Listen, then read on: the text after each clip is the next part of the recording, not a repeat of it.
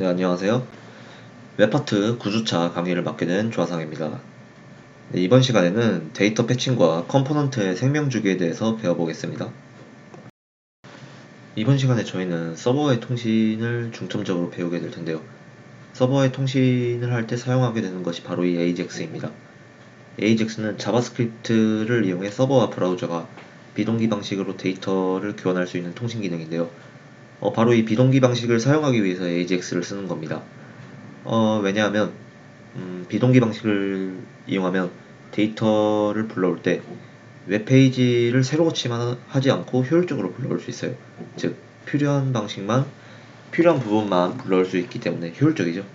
그래서 이 장점들을 보시면 웹페이지 속도가 향상되고 처리가 완료될 때까지 기다리지 않고 처리할 수 있고 또 전체적인 코딩의 양이 줄어듭니다. 이런 장점들 때문에 저희가 AJAX를 활용한다고 아시면 좋을 것 같습니다. 동기식과 비동기식의 차이에 대해서 설명드리도록 하겠습니다. 동기식은 그림에서 보다시피 요청이 한번 오면 그 응답이 올 때까지 요청을 보낼 수가 없습니다. 그러니까 요청과 응답의 순서가 보장되는 거죠. 요청 한번 하면 응답 한번 오고, 요청 한번 하면 응답 한번 오고. 이게 바로 동기식입니다. 싱크로너스. 하지만 비동기식은 그 요청과 응답의 순서가 보장되지 않아요. 요청을 보내고 응답이 올 때까지 기다리지 않고 그냥 바로 또 요청을 보낼 수 있어요. 그러니까 그림도 보시면 요청 보내고 아직 응답이 오지도 않았는데 바로 요청을 보내죠. 그러니까 이런 순서가 지켜지지 않습니다. 네, 이거를 바로 비동기식이라고 하고, 이런 비동기식을 저희가 아까 AJAX를 쓸 때 활용한다 라고 아시면 될 것 같습니다. 네, 저희는 서버에 통신을 할 때 REST API를 사용합니다. REST API가 뭐냐면 REST를 기반으로 만들어진 API를 뜻하고요. 그럼 REST는 뭐냐? REST는 HTTP UI를 통해서 자원을 명시하고 또 HTTP 메소드를 통해 이건 다음에 설명드릴게요. HTTP 메소드를 통해 해당 자원에 대해서 CRUD 오퍼레이션을 적용하는 것을 의미합니다. CRUD가 뭘 뜻하는 거냐면요. CRUD는 C는 create, R은 read, U는 update, D는 delete를 뜻합니다. 주로 인터넷 게시판에서 쓰고 뭐 지우고 업데이트하고 뭐 그런 거 있죠. 읽을 수 있고 그런 거 생각하시면 됩니다. 그리고 REST API의 설계 규칙을 올바르게 지킨 시스템을 RESTful하다고 말할 수 있습니다. 그래서 저희는 이런 REST API를 사용해서 서버와 통신을 할 건데 좀 더 설명해 보도록 할게요.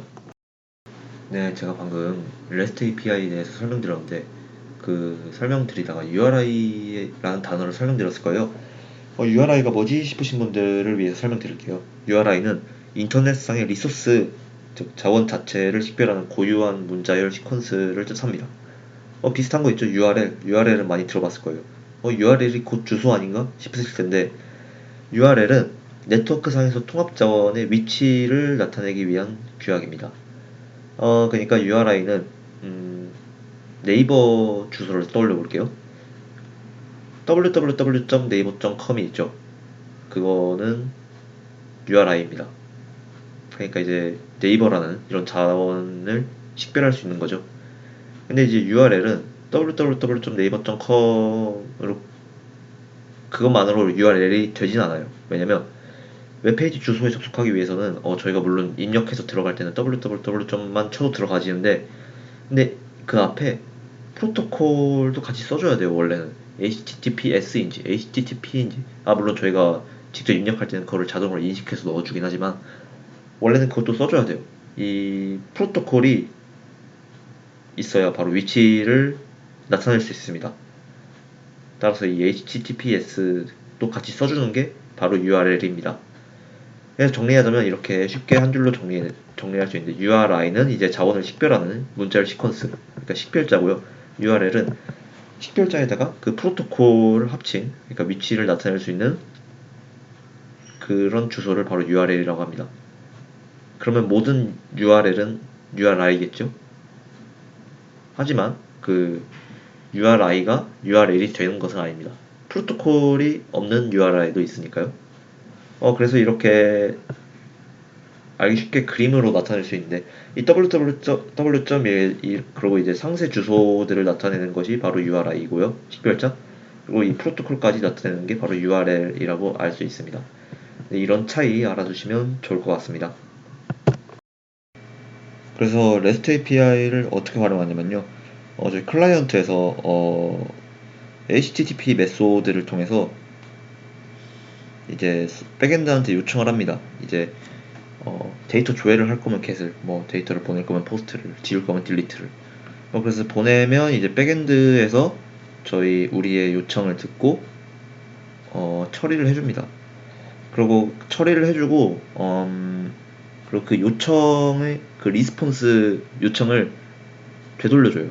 안 줄 때도 뭐 예를 들어서 딜리트 삭제를 할 때는 뭐 요청을 줄 필요가 없겠죠. 근데 뭐 데이터를 받아와야 된다면 그 요청을 주겠죠. 그럼 요청을 받으면 제이슨이나 XML 형태로 저희한테 응답을 줍니다. 그럼 저희가 그 응답을 받아서 그 응답을 바탕으로 저희가 화면에 구현을 하겠죠. 근데 이런 방식으로 저희가 서버와 소통을 하게 됩니다. 네, 저희가 이런 HTTP 메소드를 쓸 때 고려해야 될 점이 있습니다. 바로 명등성인데요. 명등성이 뭐냐면 여러 번 동일한 요청을 보냈을 때 서버에 미치는 의도된 영향이 동일하면 명등성이 있다, 명등하다고 합니다. 이거를 고려해야 되는 이유가 요청을 재시도할 때를 고려해야 되기 때문입니다. 만약에 요청이 실패해서 뭐 다시 요청을 보내거나 그럴 경우가 생길 때 과연 다시 요청을 보내도 괜찮을까를 생각해야 한다는 거죠. 하나씩 봅시다. get은 리소스를 조회할 때 쓰잖아요. 리소스를 조회하는 건 명등합니다.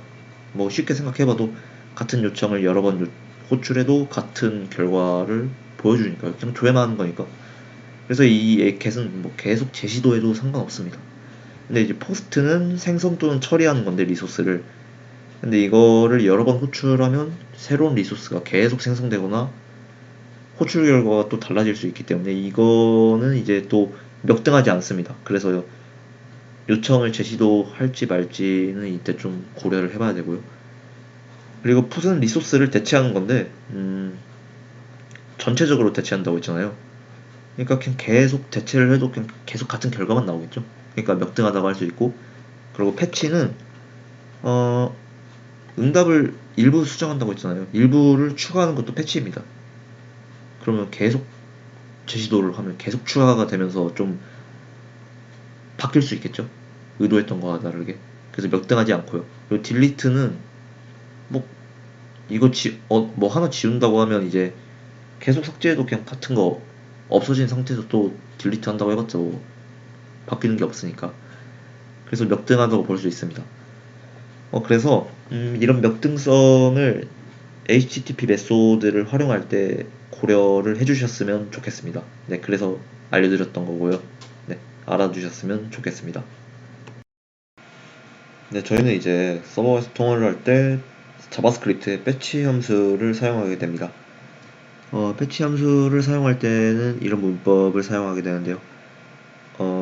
이렇게 메소드, 어떤 HTTP 메소드를 활용할 것인지, 그리고 어떤 모드, 어떤 캐시인지, 수많은 옵션들이 있는데 이런 옵션들을 전부 다 써야 하는 건 아니고,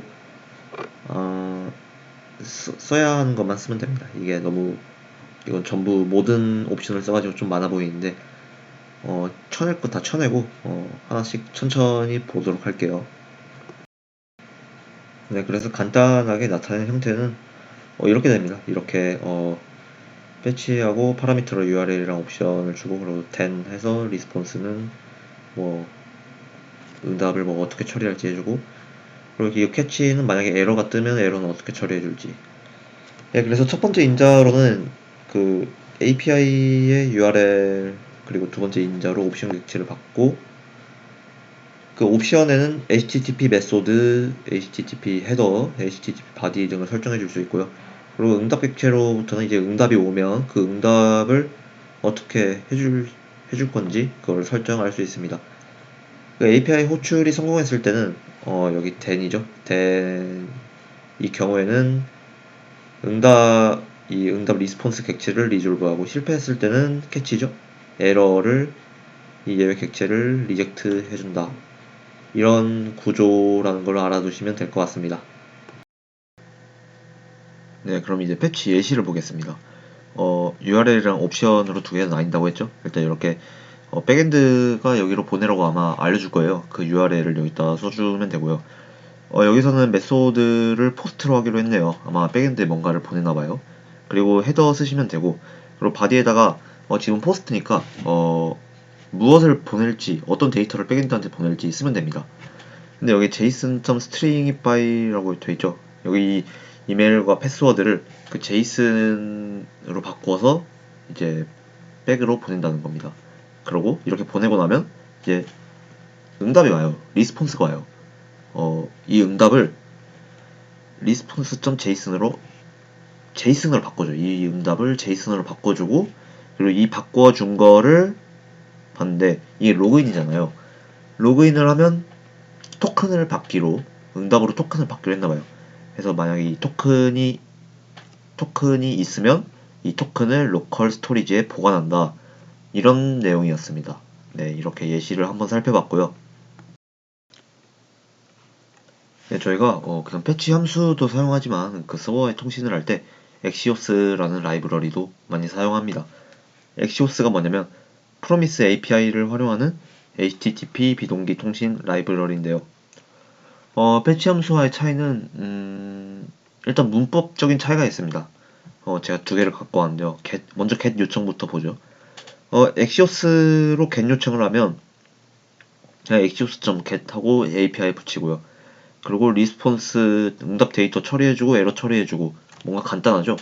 그럼 다시 패치 함수로 get을 어떻게 하는지 볼까요? 패치 함수로 get을 하면 이 응답을 받을 때 응답을 다시 제이슨으로 바꿔야 하잖아요. 근데 엑시오스는 응답을 제이슨으로 바꾸는 그 과정이 없어도 됩니다. 이제 이런 차이가 있는 거고요. 그리고 포스트를 볼까요? 포스트는 이제 패치 함수부터 먼저 보죠. 이게 패치 함수부터인데 먼저 메소드를 적어주고, 그리고 헤더도 적어주고, 그리고 바디로 백엔드한테 보낼 데이터를 제이슨으로 스트링이파이에서 바꿔줍니다. 바꿔줘서 보내고요. 그리고 응답 받는 응답을 또 제이슨으로 바꿔서 받고, 이 제이슨으로 바뀐 응답을 처리를 해주죠. 근데 이제 엑시오스는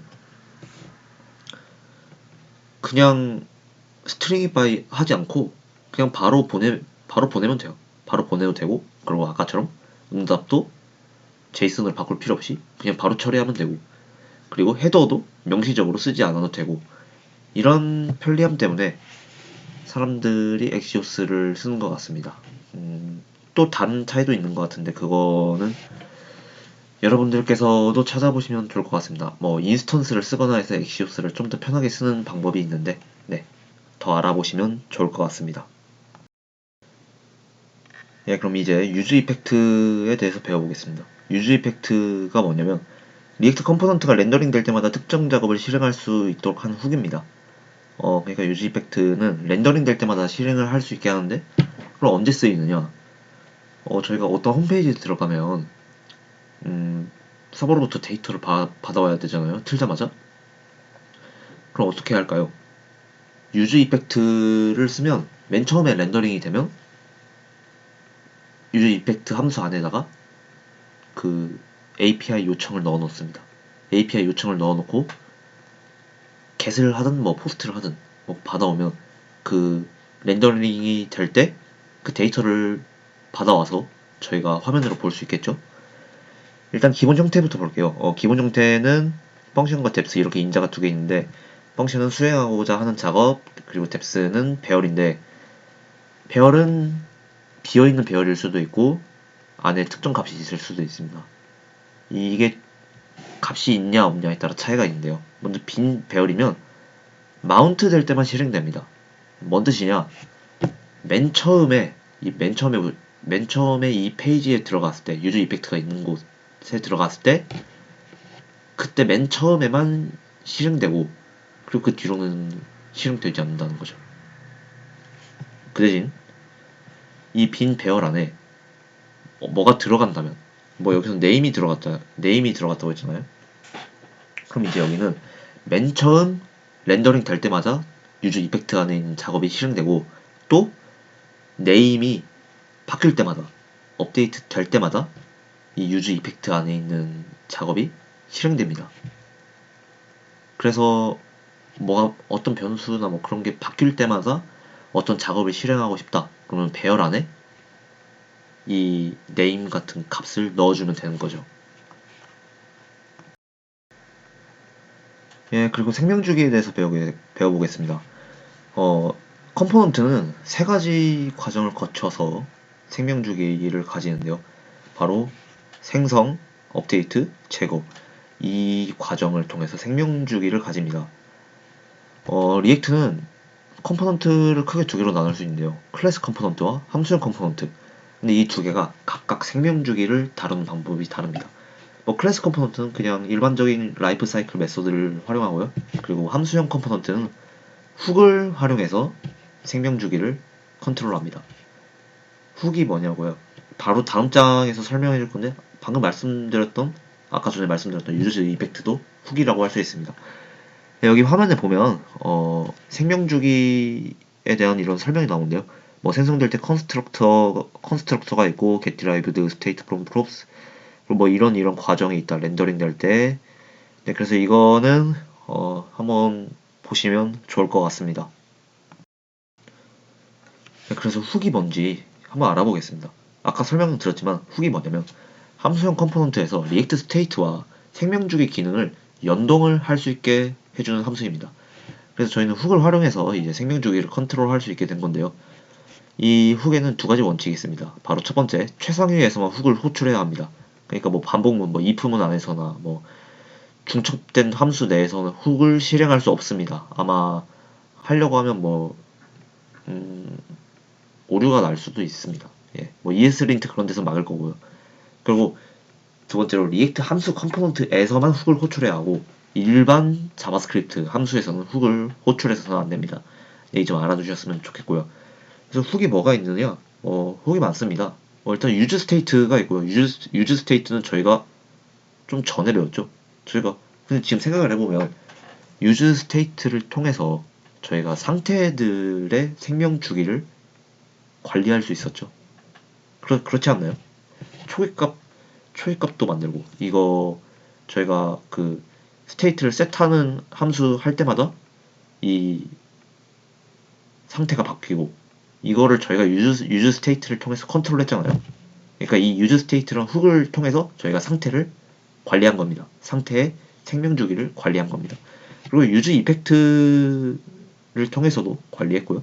그리고 유즈 콘텍스트 있고, 그리고 추가 훅들로 유즈 리듀셔, 유즈 리듀서, 유즈 콜백, 유즈 메모, 유즈 래프, 이런 훅들이 있으니 이런 훅들을 써먹어야 할 때가 있을 수도 있어요. 그때마다 한 번씩 찾아보셔서 어떤 기능인가 한번 살펴보시면 좋을 것 같습니다. 리액트에서 성능이 좋다는 것은 과연 무엇일까요? 저희는 리액트로 웹사이트를 만듭니다.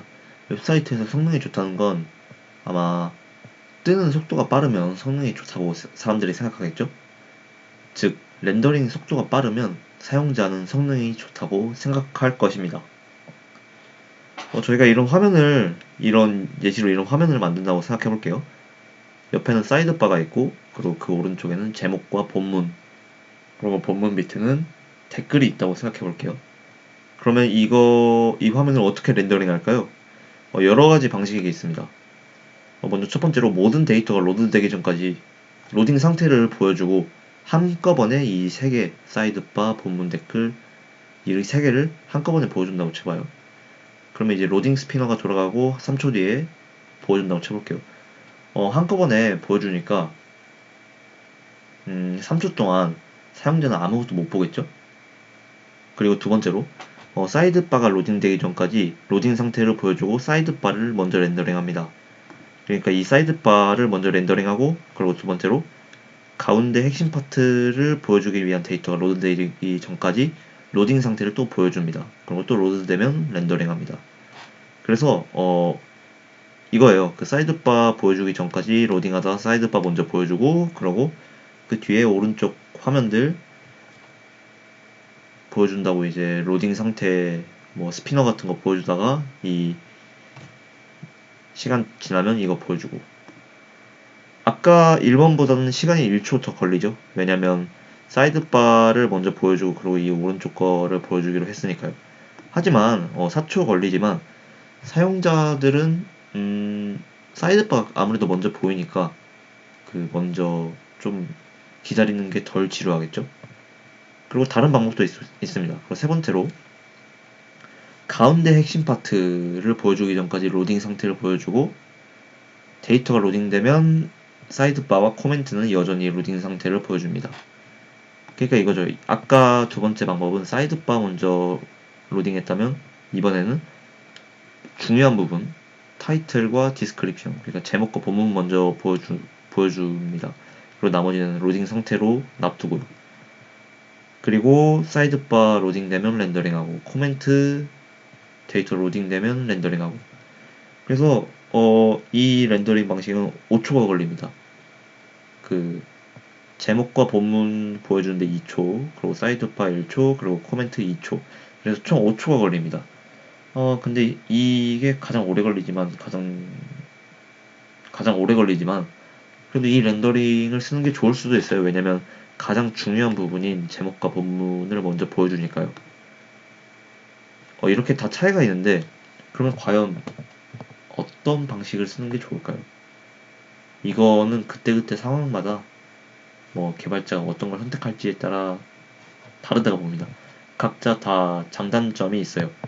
물론 그 3초 소요되는 게 가장 빠르긴 하지만 3초 동안 사용자는 아무것도 못 보고 기다려야 한다는 단점이 있고, 그리고 두 번째는 이제 사이드바를 먼저 렌더링 해주니까 이제 사람들이 덜 지루하겠죠. 하지만 그 핵심 파트를 먼저 보여주는 게 아니라서 이게 좀 단점으로 적용될 수 있고요. 그리고 이제 마지막으로 이제 핵심 파트를 먼저 보여주는 거는 이제 좋은 방법이 될 수 있어요. 왜냐면 아마 사람들이 가장 보고 싶어하는 부분을 먼저 보여주는 걸 테니까. 하지만 문제점이 뭐냐면 아무래도 시간이 5초로 가장 오래 걸린다는 거고, 그리고 또 보통 사람들이 데이터를 읽을 때 저희 문화권에서는 왼쪽에서 오른쪽으로 읽잖아요. 근데 이거 같은 경우는 이제 오른쪽에 있는 제목과 본문이 먼저 렌더링이 된다는 거죠. 그래서 이 방식이 약간은 좀 부자연스럽게 보일 수도 있어요. 하지만 뭐 중요한 거 먼저 보여주니까 더 좋아할 수도 있다는 거. 그래서 결론은 저희가 고려해야 될 거는 이렇게 세 개로 나뉩니다. 데이터 패칭을 언제 시작할지, 그리고 데이터 패칭 중일 때 뭘 해야 할지, 뭐 스피너를 넣건 스켈레톤을 넣건 할 수 있겠죠. 그리고 데이터가 패치되었을 때 무엇을 해야 할지, 이 세 가지를 고려해 주시면 좋겠습니다. 네, 그러면 아까 저희가 보여줬던 화면을 좀 간단하게 코드로 짜봤습니다. 먼저 앱이 있고요. 이 앱은 사이드바와 이슈로 나눠지고, 그 이슈는 그 제목 부문, 그 이슈와 커멘트로 이제 나뉘어져 있습니다.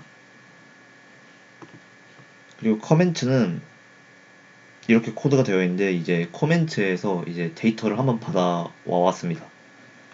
데이터와 셋 데이터 그 상태를 만들었고요. 그리고 이거 셋 스테이트가 아니라 셋 데이터입니다. 이거는 실수했어요. 그리고 데이터 패치라는 걸 만들어서 async await로 그 패치 함수를 통해서 데이터를 가져왔습니다. 그리고 이 함수를 실행합니다. 그리고 유즈 이펙트로 감쌌고요. 그러면 이 커멘트는 유즈 이펙트를 통해서 그 데이터 패치가 실행이 되겠죠. 그리고 데이터가 없으면 이제 로딩이라고 띄워주고, 이렇게 데이터를 가져오는데, 데이터를 가져오는 거를 유즈 데이터 훅으로 분리할 수 있겠죠. 그래서 이 아까 그냥 커멘트에 있던 거를, 이 데이터 패치를 훅으로 분리했습니다. 뭐 구조는 똑같죠. 그냥 분리만 한 거지. 그리고 이 분리한 유즈 데이터를 커멘트, 이슈, 앱에 각각 적용을 시켜줍니다. 앱에도 보면 이 getSidebar 이 URL에 유즈 데이터를 이용해서 받아오고, 그리고 이슈 또한 이렇게 받아오고, 커멘트 또한 유즈 데이터를 통해서 받아오죠. 근데 이런 방식을 통해서 받아오면 데이터를 이 패치를 해오면 속도는 어떨까요? 그러니까 즉 성능은 어떨까요? 이런 방식을 이용했을 때 리퀘스트 워터폴이 발생해서 상당히 느리다고 볼 수 있습니다. 그러니까 리퀘스트 워터폴이 뭐냐면 컴포넌트들은 데이터가 로드되기 전까지는 로딩 상태를 렌더링하고 렌더링이 되면 그때 자식 컴포넌트가 보여주게 되는 구조가 되는데 저희가 아까 이렇게 구현했죠? 그 데이터가 들어오지 않으면 로딩 상태를 보여주고 다 끝나면 이제 이렇게 보여주고 그래서 사이드바가 패치가 끝나면 그때서야 이슈가 패치가 되고 이슈 패치가 끝나면 커멘트가 패치가 됩니다. 그래서 컴포넌트가 마운트되고 렌더링이 되면 또 자식 컴포넌트가 보여주고 이렇게 차례대로 컴포넌트가 보여주는 이런 워터폴 구조를 가지고 있기 때문에 상당히 느리다고 볼 수가 있어요. 그럼 이거를 어떻게 해결해야 될까요? 사람들이 생각한 해결책은 여러 가지가 있는데요. 먼저 프로미스 올이 있습니다. 근데 일단 프로미스 올을 말씀드리기 전에 사람들은 먼저 이렇게 생각했어요. 그냥 렌드 트리의 가장 위에 있는 컴포넌트에서 그냥 모든 데이터 다 가져오면 되는 거 아닌가? 그러니까 앱이겠죠? 앱에서 그냥 다 가져오면 되지 않나? 그래서 이렇게 어싱크 유즈 이펙트 안에 어싱크 어웨이트 넣어서 그냥 다 사이드바나 이슈든 커멘트든 그냥 다 한 번에 가져온다고 쳐봐요. 그럼 해결이 될까요? 근데 사실 이 코드는 아까랑 똑같아요. 왜냐면 어싱크 어웨이트로 차례대로 사이드바 배치하고 이슈 배치하고 커멘트 배치하고 그러니까 이거랑 아까 똑같죠? 그러니까 사실 별 다를 바 없고요. 그래서 프로미스 올을 사용해서 해결할 수도 있습니다. 이렇게 여기 똑같은데 여기에 이제 프로미스 올을 넣어주죠. 그러니까 프로미스 올을 넣으면 사이드바 이슈 커멘트를 배치하는 게 이렇게 다 동시에 시작을 합니다. 다 동시에 시작하고 한 번에 이렇게 띄어지게 되는 거죠. 근데 이제 프로미스 올의 단점은 이겁니다. 사이드바가 패치가 빨리 끝났음에도 불구하고 커멘트가 패치가 끝날 때까지 기다리게 된다는 건데요. 그러면 아까 단점으로 뽑혔다시피 빨리 렌더링은 좀 빨리 될 수도 있어도 렌더링 되기까지의 기간 동안 아무것도 뜨지 않아요. 그래서 이런 단점이 프로미스 올을 사용할 때는 있습니다. 그러면 프로미스 올과 다르게 동시에 각 컴포넌트에 모든 요청을 보내고 각각 기다리게 해보는 건 어떨까요? 이런 거를 패럴렐 프로미스라고 하는데요. 그러니까 사이드바 이슈 코멘트에 각각 렌더링 요청을 하고 사이드바가 먼저 렌더링이 끝내면 사이드바 먼저 뜨고 이슈가 렌더링 끝나면 이슈 먼저 띄우고 그 다음에 코멘트 띄우고 이렇게 각각 띄우게 하는 겁니다. 아무래도 사이드바가 먼저 렌더링이 되다 보니까 사용자는 좀 덜 지루하게 만들 수 있는데요. 근데 이 방식의 문제점이 뭐냐면 그 앱에서 상태 변화가 각각 일어나면서 리렌더링이 됩니다. 그러니까 이제 사이드바가 이미 렌더링이 되는데 이슈가 렌더링이 끝나서 이제 렌더링이 되면 이슈뿐만 아니라 이미 렌더링이 되었던 사이드바 또한 다시 리렌더링이 됩니다. 이렇게 다시 리렌더링이 됐는데도 또 커멘트가 또 렌더링이 끝나서 렌더링 되면 사이드바도 또다시 리렌더링이 돼요. 그러니까 상태 변화가 이렇게 또 일어나기 때문인데요. 그래서 이 패러렐 프로미스의 단점은 이 자식 컴포넌트들이 불필요하게 리렌더링이 된다는 점이 있다는 것을 말씀드릴 수 있겠습니다. 물론 사이드바 같은 이 먼저 렌더링되는 컴포넌트들을 리액트.메모로 감싸서 컴포넌트가 변하지 않으면 렌더링이 다시 되지 않게 만들 수는 있습니다. 그렇게 할 수는 있지만 저희가 코드를 할 때 모든 컴포넌트들에 이렇게 리액트.메모로 적용을 하기에는 좀 불편하겠죠. 그리고 또 이 패러렐 프로미스의 문제점이 그 상위 컴포넌트, 최상단 컴포넌트인 앱에서 아무래도 짜야 하다 보니까 그 코드 가독성이나 그런 게 좀 떨어지는 측면이 있습니다. 그래서 이 패러렐 프로미스 말고도 이 데이터 프로바이더, 즉 컨텍스트와 컨텍스트 프로바이더를 사용하거나 아니면 전역 상태 라이브러리, 즉 저번 시간에 배웠죠? 그 주스탠드 같은 걸 사용해서 해결할 수도 있습니다. 네, 그리고 마지막으로 설명드릴 것은 서스펜스인데요. 이 서스펜스를 활용하면 워터폴 문제를 해결할 수 있고 컴포넌트들의 역할을 명확하게 분리할 수 있고 또 복잡도도 낮아진다고 합니다. 비교적 최신 문법인데요. 더 궁금하시다면 서스펜스 폴 데이터 패칭이라고 검색하시면 될 것 같습니다. 네, 그리고 리액트 커리에 대해서 배워보겠습니다. 리액트 커리는 라이브러리인데요. 리액트에서 서버 상태를 불러오고 캐싱하고 동기화하고 업데이트하는 작업을 도와주는 라이브러리입니다. 캐싱이 뭐냐면 특정 데이터의 복사본을 저장해서 이거를 계속 써먹는 거예요. 써먹어서 동일한 데이터의 재접근 속도를 높이는 걸 말합니다. 리액트 커리는 바로 이 캐싱을 통해서 동일한 데이터에 대한 반복적인 호출을 방지하고 이를 통해서 서버에 대한 부하를 줄일 수 있게 되는 좋은 라이브러리입니다. 네, 이 리액트 커리의 특징이 크게 5개가 있는데요. 바로 아까 말씀드렸던 것처럼 데이터 캐싱을 해서 앱의 성능을 향상시키고요. 네, 사용자가 동일한 요청을 반복해서 할 필요가 없어서 성능이 향상된다는 거죠. 그리고 또 백그라운드 업데이트, 데이터가 업데이트 될 때마다 백그라운드에서 데이터를 가져와서 사용자가 항상 최신 정보를 볼 수 있도록 해줍니다. 네, 쿼리키 사용해서 이렇게 업데이트를 해주는데요. 네, 그리고 요청 취소 기능도 지원한다고 합니다. 그리고 데이터 동기화 기능, 그리고 오류 제시도 기능, 이런 좋은 기능들 덕분에 리액트 쿼리가 좋은 라이브러리고 손꼽히고 있습니다. 네, 9주차 실습과 미션 설명드리도록 하겠습니다. 네, 저희가 이번 주에 할 것은 엑시오스랑 리액트 쿼리 라이브러리를 활용해서 REST API를 구현하는 것입니다. 코드를 드릴 것인데요. 그 실습으로는 이제 글 작성하면 이제 포스트 날리는 것과 글 수정했을 때 패치 이용하는 거가 이제 실습이고요. 그리고 이제 여러분들께서 구현하셔야 할 미션은 이제 글 삭제 버튼을 눌렀을 때 글이 삭제되게 딜리트 API 구현해 주시면 되고요. 그리고 좋아요 버튼 눌렀을 때 이제 좋아요가 1 올라가게 패치로 구현해 주시면 됩니다. 이번 미션은 비트를 활용해서 만들었습니다. 그래서 명령, 그 비트 실행하는 명령은 npm run dev이므로 npm run dev 명령을 입력하시면 되고요.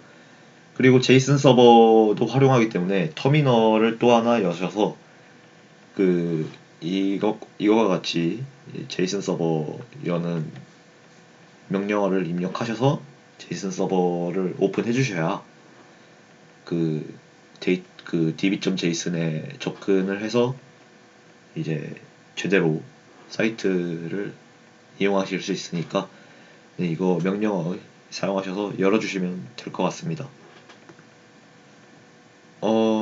구조 말씀드릴게요. 이렇게 src 폴더에 그 APIs 폴더가 있습니다. 여기는 API 함수들이랑 get, post, patch, delete 함수들이 있고요. 네, 이렇게 구성이 되어 있고, 그리고 페이지들에는 크게 3개가 있습니다. 보드, 맨 처음 접속하면 나오는 페이지, 게시물 표시하는, 그리고 글 작성 페이지, 그리고 글 상세 확인 페이지가 있고요. 로딩하면 로딩할 때 나오는 그 화면입니다. 그리고 저희가 그 좋아요 버튼, 그 좋아요를 눌렀을 때 구현해야 하기 때문에 그 src 컴포넌트의 likes 버튼 좀 tsx 여기도 기억해 주시면 될 것 같습니다. 여기 아마 그 사이에 그 폴더에 아마 몰큘인가 아마 들어갈 것 같은데 네, 좀 이따 같이 살펴보도록 하죠. 네, 저희가 작업할 공간으로 들어왔고요. 하나씩 설명드리도록 하겠습니다. 일단은 이 최상단의 app.txx인데요. 여기서는 이제 저희가 리액트 쿼리를 사용하려면 쿼리 클라이언트 프로바이더로 이제 최상위 컴포넌트에서 감싸줘야 됩니다. 그래서 이 쿼리 클라이언트 생성해 주시고 여기 클라이언트에 쿼리 클라이언트 넣고 쿼리 클라이언트 프로바이더로 감싸 주셔야 그 리액트 쿼리 라이브러리가 제대로 작동이 됩니다. 아, 그리고 이거 그 기풀하시고 이거 그 제가 사용한 그 디펜던시들이 좀 많기 때문에 여기다가 그 npm install 입력하셔서 설치하시는 거 잊으시면 안 되고요. 네, 그리고 하나씩 이제 설명을 드리자면 이 여기에 API들이 많습니다. 그 전에 일단 실행 한번 해볼까요? 제가 아까 터미널을 두 개 띄우라고 했죠? 왜냐면 하나는 이제 제이슨 서버를 이제 키기 위해서 이 명령어를 입력해야 되고요. 네, 이렇게 뜨시면 됩니다. 네, 이렇게 뜨셨고 떴고 이제 비트를 npm run dev라는 명령어를 입력해서 틀어보겠습니다. 이게 비트로 해서 조금 그 create react보다 훨씬 빠릅니다. 그리고 이제 원래는 3000원이었는데 이제 비트는 이제 5173번 주죠. 여기 컨트롤 누른 상태로 이제 이거 클릭하셔서 넘어가시면 됩니다. 크롬 들어가서 네, 여기 화면으로 들어왔습니다.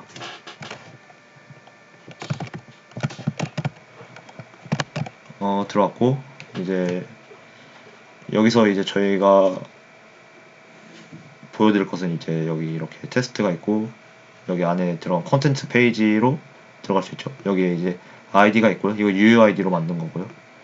여기는 그냥 메인 온보딩 페이지고 여기 들어가셔서 이제 수정하려면 이렇게 들어가서 이제 수정을 뭐 이렇게 수정할 수 있습니다. 이렇게 수정이 되고요. 이게 패치 쓴 거죠. 그리고 여기 들어가서 글쓰기 누르시면 이제 여기다가 새로운 글을 쓸 수 있습니다. 테스트4 하고 이제 테스트4 본문입니다. 하면 이제 여기 이렇게 이 버튼을 누르면 이제 포스트가 되고 여기 이렇게 반영되는 거를 볼 수가 있죠. 그리고 이제 저희가 이제 가져와서 보는 이 데이터들을 가져오는 get을 여기에서 여기 이 페이지에서도 해서 이렇게 볼 수가 있고 상세 페이지에서도 이 get을 통해서 무슨 내용인지 그리고 무슨 시간인지 몇 시에 썼는지 이런 거를 확인하실 수 있습니다. 근데 이제 저희가 구현한 게 뭐냐? 이제 좋아요를 눌러도 이제 올라가지 않고요. 수정은 이렇게 뭐 아까 이렇게 수정하면 이제 반영이 되는데 이것도 패치죠? 근데 삭제가 안 됩니다. 아무리 눌러도 안 되죠. 이건 제가 일부러 빼놓은 거고요. 삭제랑 이제 좋아요 구현해 주시면 됩니다. 네, 그리고 이거 top 버튼, 뭐 다크 모드 이런 거 있니 이거 신경 안 쓰셔도 되고. 네, 이제 그 VS 코드 보면서 하나씩 설명드리도록 할게요.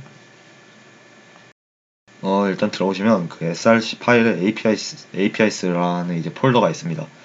여기에 이렇게 여러 파일들이 있는데요. 일단 먼저 instance.ts 설명드릴게요. 이거는 이제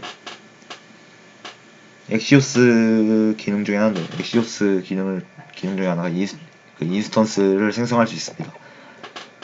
여기에 여러 가지 기능들이 있는데 이제 제가 여기서 이 인스턴스를 쓰려고 했던 이유가 그 베이스 URL 때문인데요. 저희가 아까 포트를 몇 번 열었죠? 8080번 열었잖아요. 그래서 원래 이 제이슨 서버 주소가 localhost 8080번을 통해서 이제 서버랑 연동할 수 있는 주소가 이렇게 됩니다. 이제 여기에다가 여기 뒤에 뭐 더 엔드 포인트를 입력해서 이제 get을 하든 포스트를 하든 하는 건데 원래라면 이 베이스 URL을 여기다가 더 입력을 해줬어야 할 거예요. 근데 이제 저희가 인스턴스에다가 이 베이스 URL을 지정을 해줬죠.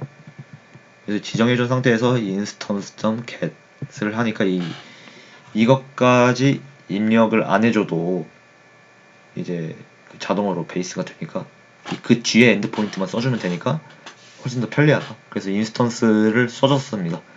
이렇게 편리한 거를 확인할 수 있고요. 그래서 이 패치 피즈 데이터.ts는 get 관련된 API들과 함수들이 있습니다. 그러니까 피드들의 데이터를 조회하는 API, 패치 피드 데이터가 있고, 특정 피드의 데이터를 조회하는 이제 s가 빠진 패치 피드 데이터가 있습니다. 그래서 인스턴스에 이제 저희가 get 요청을 한다는 거죠. 그리고 이 카드 리절트는 뭐냐, 타입을 지정해 준 거죠. 타입은 타입의 card.ts에 이제 여기 이렇게 적혀 있습니다. 여기는 이제 그 저희가 REST API들 이거 보낼 때 그 타입들 지정해 놓은 이런 따로 파일인데요. 실제로 db.json을 가보면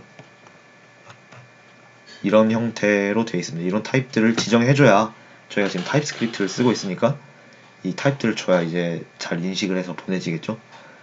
그래서 이 타입들을 이렇게 적어놨고요. 이 카드 리스폰스는 원래 보면 여기 코드 스테이터스 메시지 리절트 이렇게 있는데, 저희가 받아올 때 리절트를 받아오잖아요. 근데 이제 여기서 여기 이 db.json 파일에서 이 리절트를 엔드포인트로 받아오니까 여기 안에 있는 타입들만 신경 쓰면 되고 여기 밖에 있는 타입들은 신경을 안 써도 됩니다. 따라서 이 타입에서 이거는 카드 리절트는 쓰는데 이제 카드 리스폰스는 사용하지 않습니다. 네, 이번에 이거 알아두시면 될 것 같고요. 그래서 이제 get은 이제 이렇게 get 요청을 날려서 이 리턴으로 이 리스폰스의 데이터를 받아오는 API가 되겠습니다. 이거 받아올 때 피드들 데이터는 어디서 받죠? 여기 이 페이지에서 받을 거 아니에요. 이 페이지가 바로 페이지에서 board.tsx입니다. 저희가 라우터를 보시면 여기 맨 처음에 보드가 엘리먼트로 되어 있는 걸 알 수 있죠. 그래서 보드에서 가져옵니다.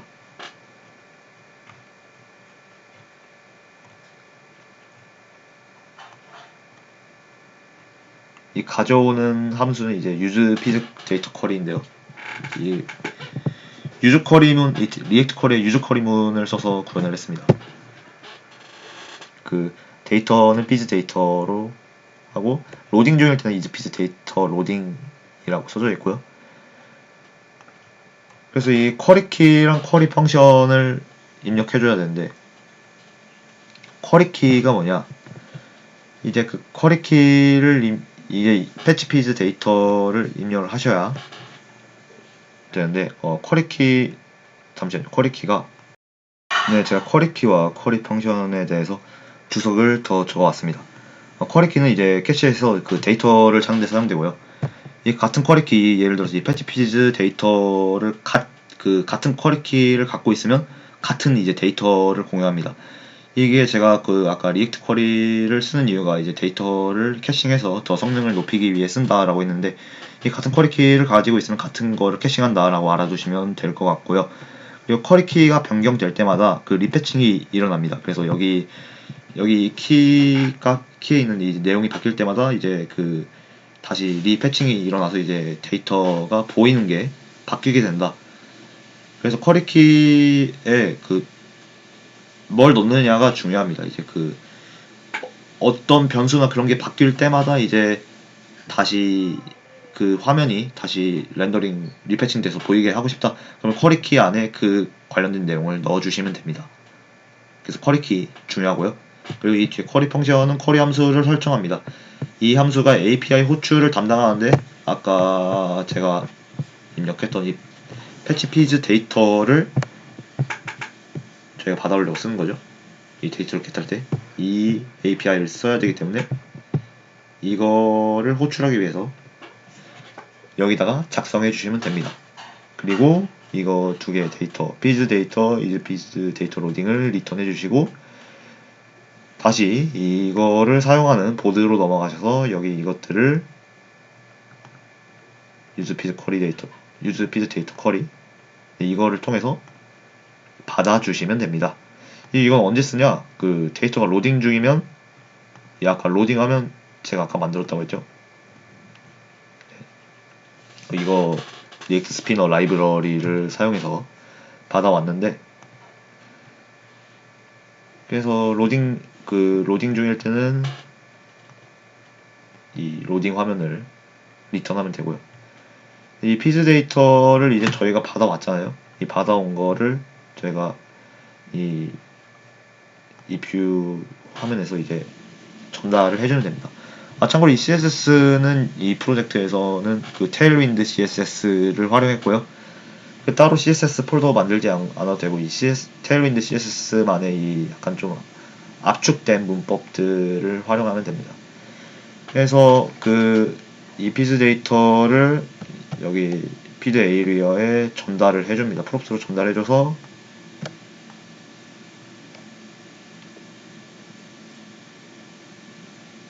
그래서 이 프롭스로 받고요. 카드 리절트 아까 저희가 타입 지정해줬죠.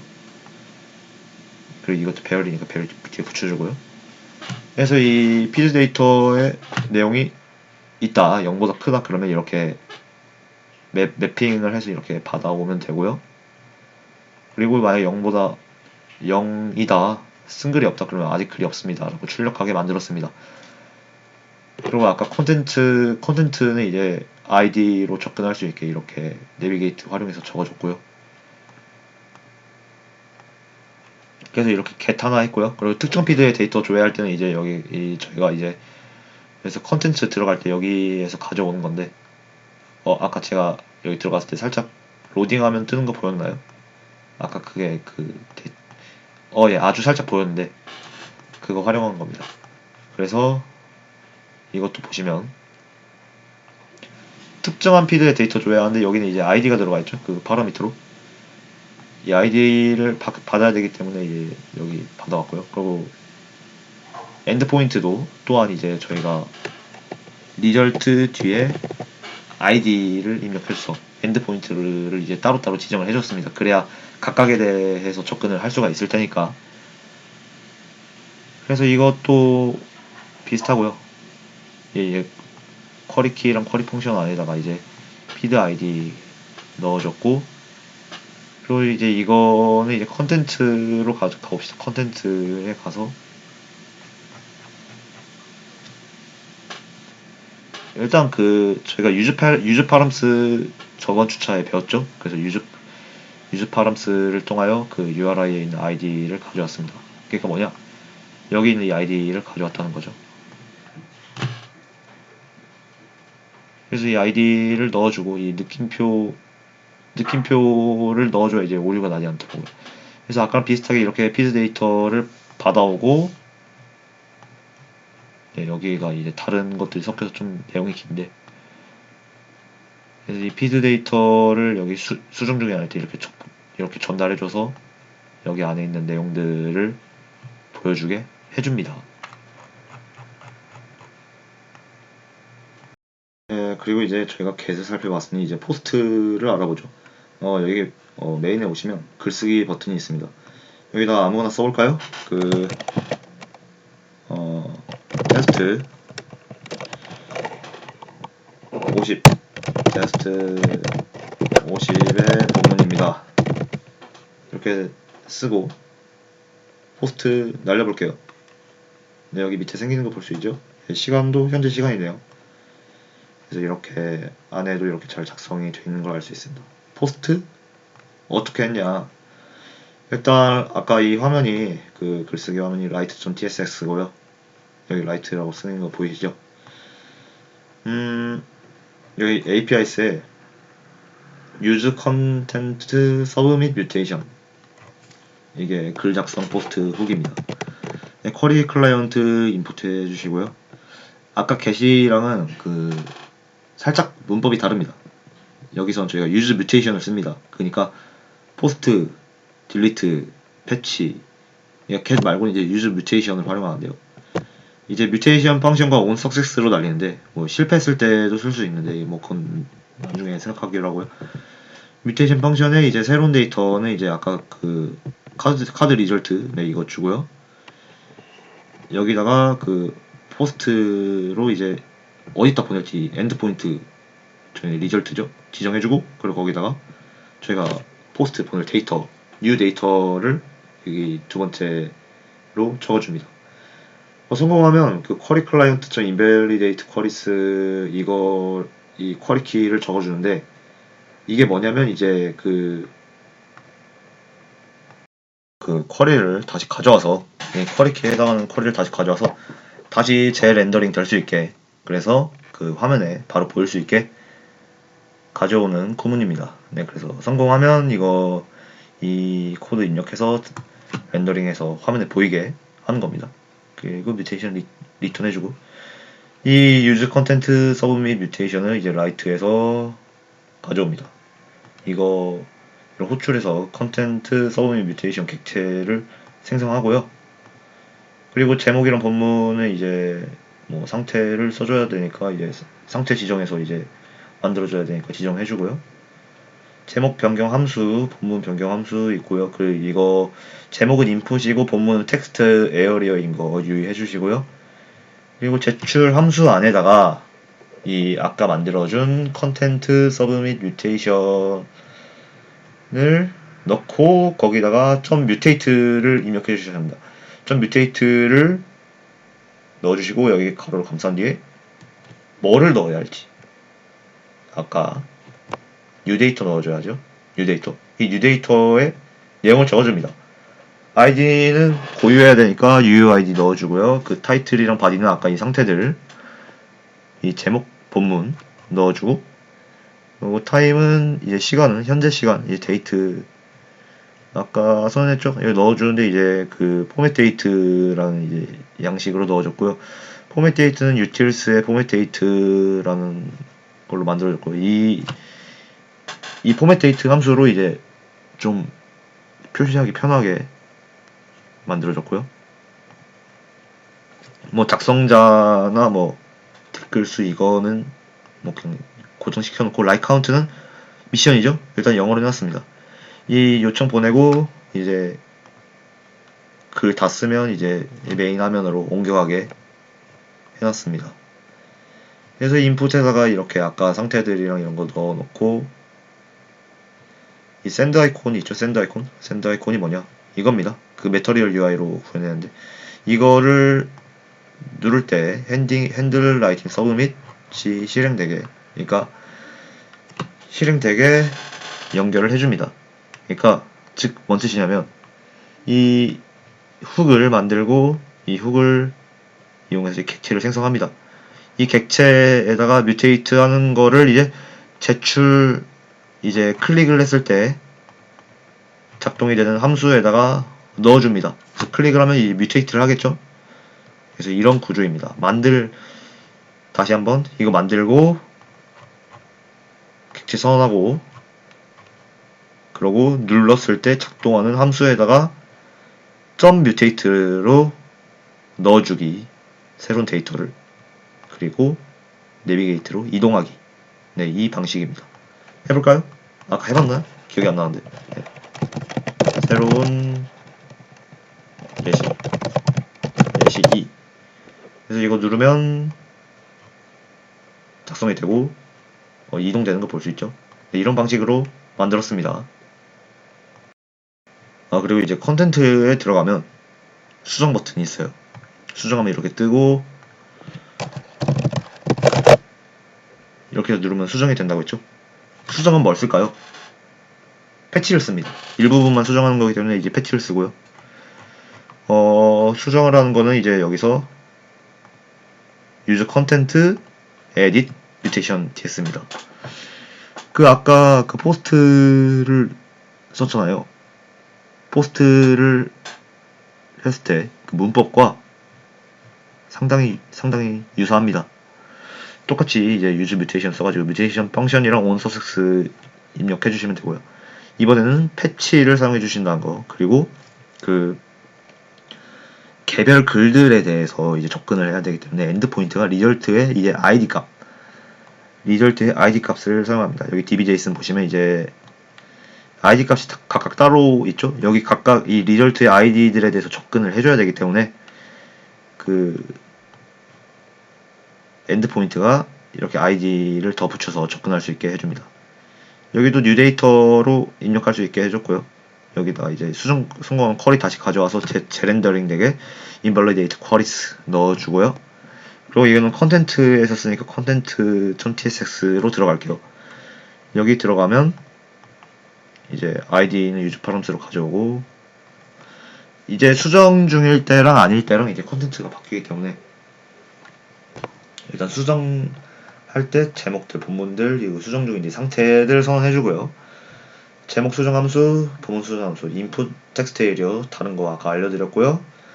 수정했을 때 제출하기 버튼을 눌렀을 때, 그러니까 수정을 이게 수정 중일 때랑 수정 중이 아닐 때랑 이제 제가 컴포넌트로 나눴거든요. 이때는 그 핸들 컨텐트 에딧, 아까 그게 뭐죠? 핸들 컨텐트 에딧 클릭으로 넘어가야 합니다. 여기 컨텐트 에디팅 넘어가 볼까요? 넘어가 보면 네, 이 샌드 아이콘 역시 클릭, 바꿀 때 샌드 아이콘 클릭하면 이 패치가 뮤테이트 되게 연결을 아까 포스트 할 때처럼 연결을 해줘야 되고요.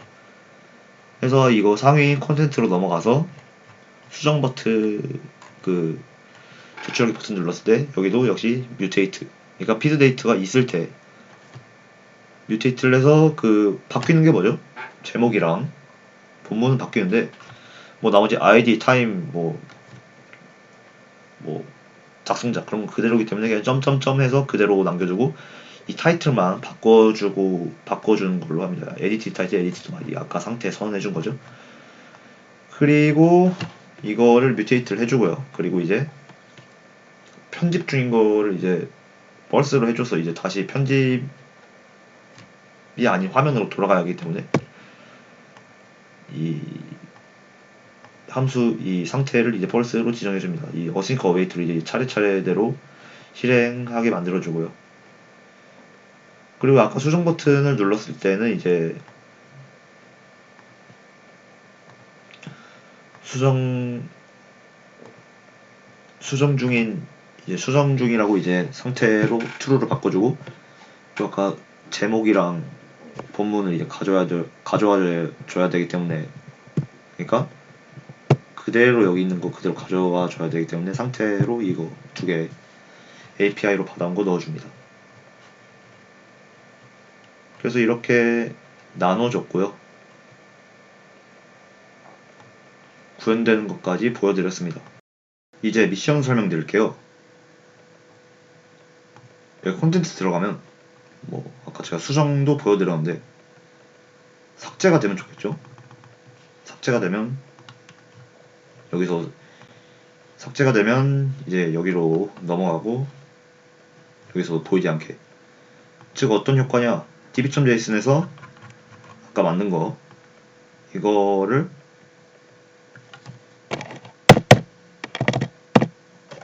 없애는 것처럼 만들어 달라 이거죠. 새로운 예시, 그리고 새로 고치면 새로운 예시가 사라진 거 볼 수 있죠.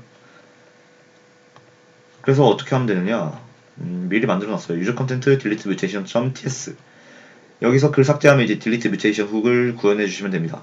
그 삭제 버튼 누르면 다시 이제 이 화면으로 넘어올 수 있게 구현해 주시면 되고요. 그래서 이거 여기 구현하고 그 content.txt에서 그 저희가 뭐 수정하는 것들은 이제 만들었는데 여기다가 삭제하는 것도 만들어 주시면 되겠죠. 그래서 삭제하는 거는 이제 여기다가 구현해 주셔서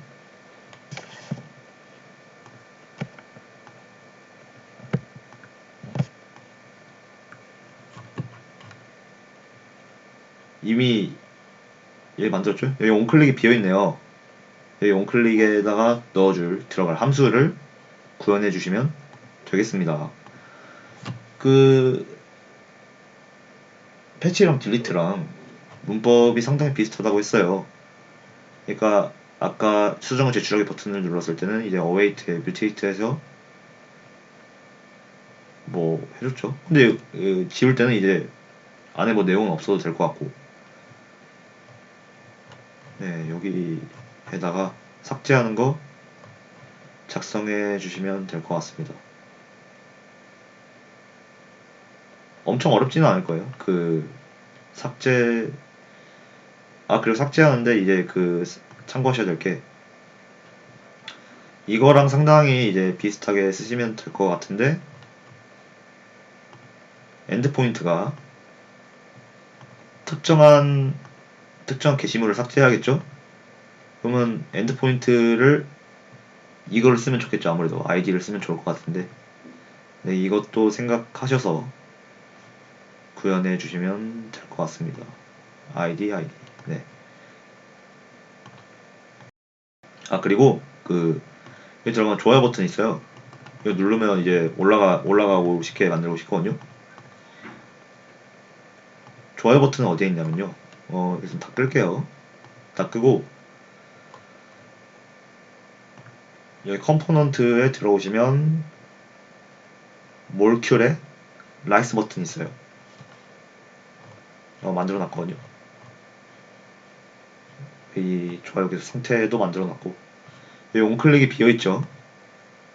이거를 좋아요 상태를 누르면 이 db.json에 좋아요 상태가 올라가게, 그리고 여기다 이제 반영되게 누를 때마다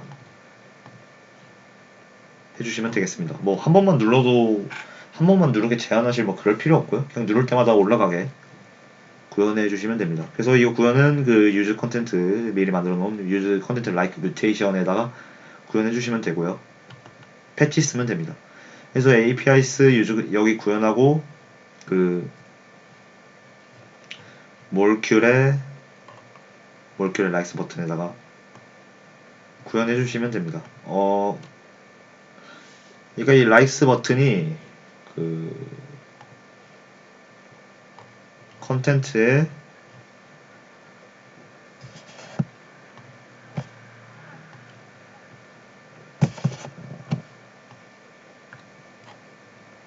컨텐츠 뷰 여기에다가도 작성하시면 좋을 것 같아요. 여기 라이스 버튼이 있으니까.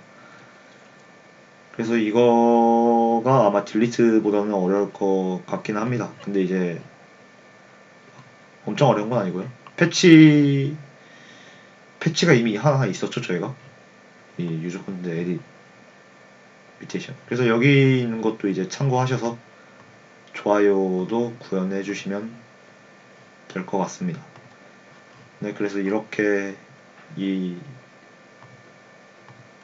두 개, 이 유저 컨텐츠 라이크 뮤테이션이랑 유저 컨텐츠 딜리트 뮤테이션, 그리고 이제 클릭했을 때 함수들을 만들어서 점 뮤테이트 해주시고, 이제 또 버튼 컴포넌트 연결해주시고, 이렇게 구현해주시면 됩니다.